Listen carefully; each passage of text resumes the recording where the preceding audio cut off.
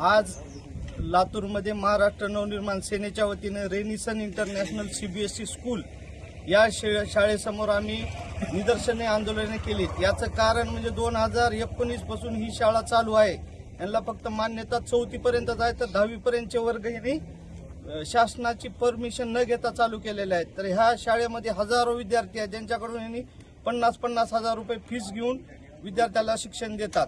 Fees घेण्याबद्दल आमचं मत नाही, पण तुम्हाला शासनानं परमिशनच दिली नाही तर तुम्ही शाळा चालू शकत नाही शासन नियमानुसार।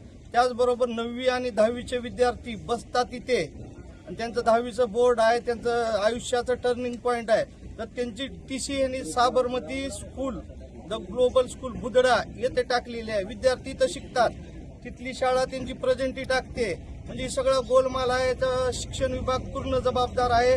आम्ही आज निदर्शने केलेले आहेत।